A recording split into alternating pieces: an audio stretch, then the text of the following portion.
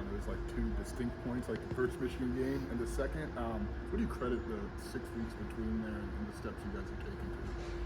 You know, it was a long 6 weeks in between there, and obviously the Michigan game's kind of, I think, our wake-up call of when we really, you know, got back to kind of our identity of defending and rebounding.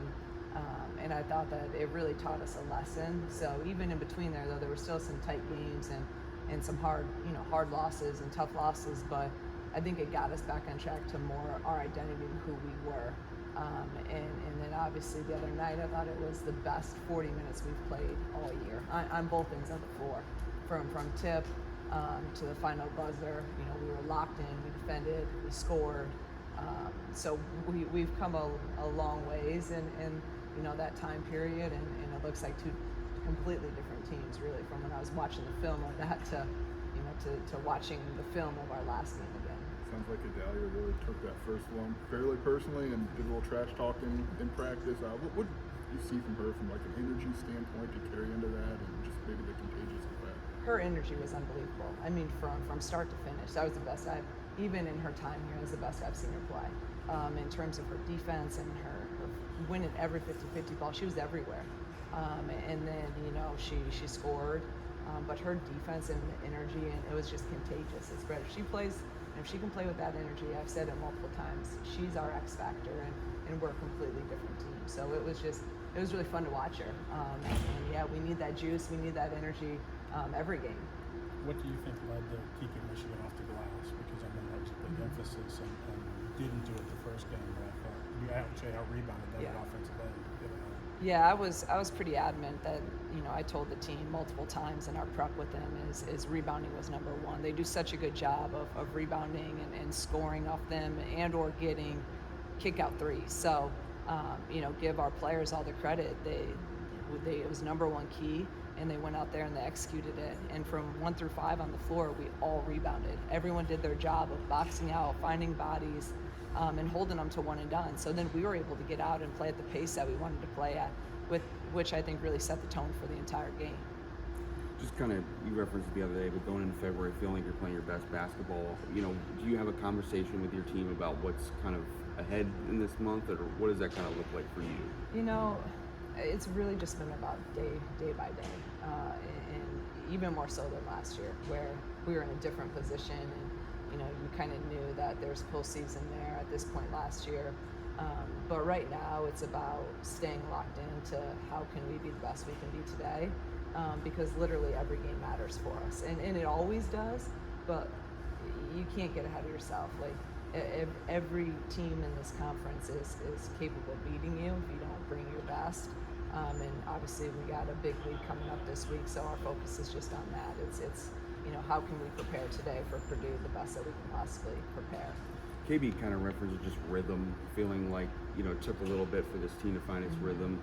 What's that progression kind of look like for you going into this season? You feel like, when do you maybe feel like that rhythm's kind of come together for this team? Yeah, I think in the last probably like month, I feel like we're starting to get really comfortable, and I think you saw that even in our last few games, and especially at Michigan, just starting to play really well together, everyone, you know, and you know, obviously Hobby's progressing and getting really comfortable, and I think KB and Hobby are starting to really feed off each other and play really well together, and some of that stuff takes time. And then you threw in, you know, early in the season injuries and some other things. Like, I think it's just taken us a little bit longer than, you know, we all would have liked. But like I said, if you can play start feeling that rhythm and coming together in February, then we'll take it. And I think we've just learned so much this year. You know, we've been through so many tough times and challenging times that it's really brought us closer together and learned a lot of valuable lessons. Shauna, Hobby's playing at such a high level.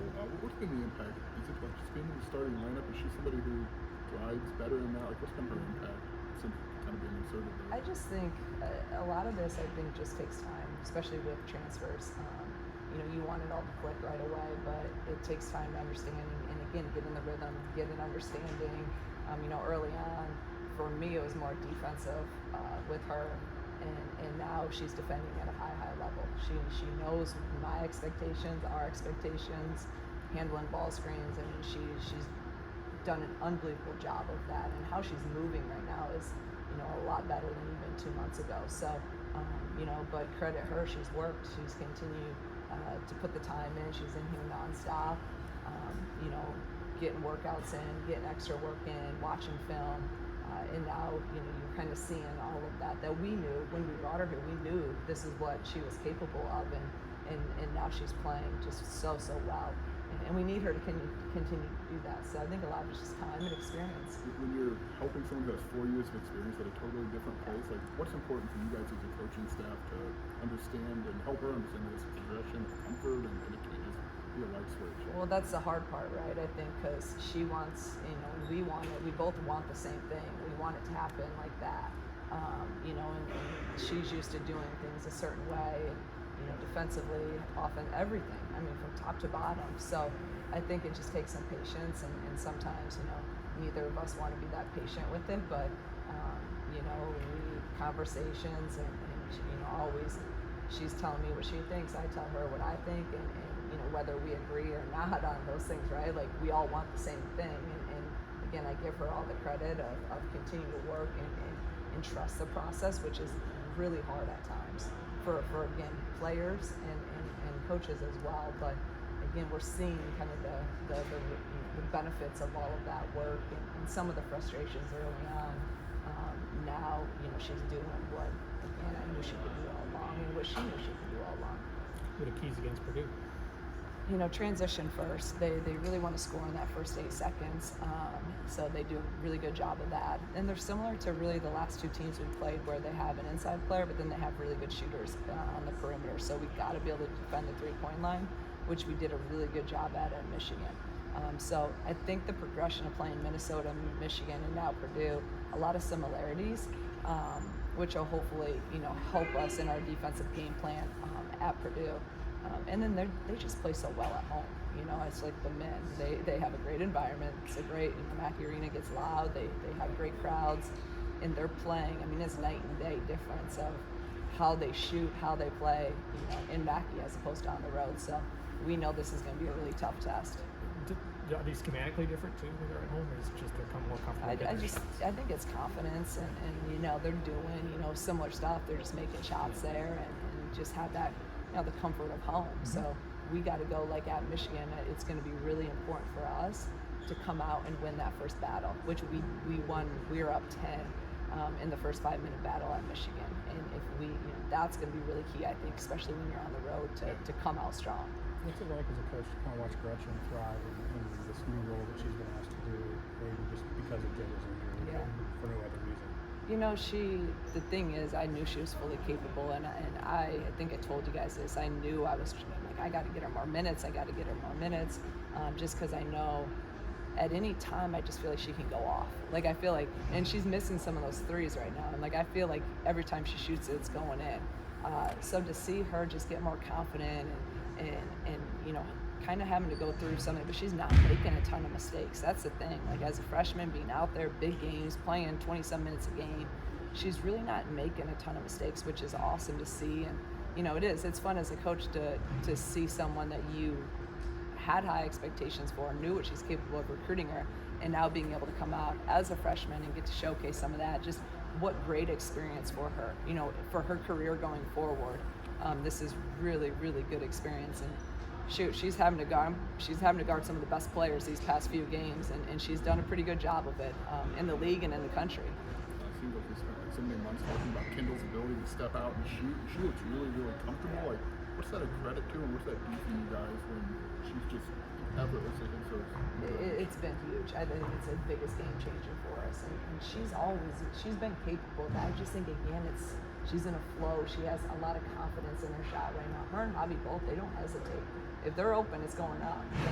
And I'm great with it because I feel like it's going in every time. So now you have 2 post players that are able to score down low, but also hit 15 to 17-foot jumpers. That makes it really hard for the defense and for scouting. So just hope they continue to take them because we all have great confidence, and I think they have great confidence in themselves right now.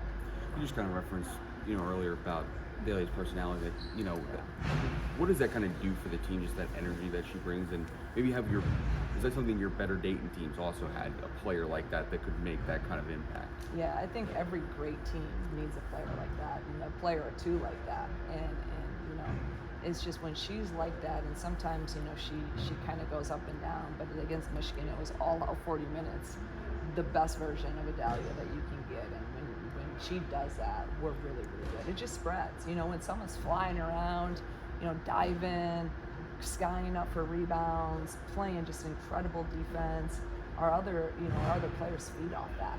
And we know it. We see it in practice. We see what she's capable of. She had a really great day of prep and practice the day before with high energy.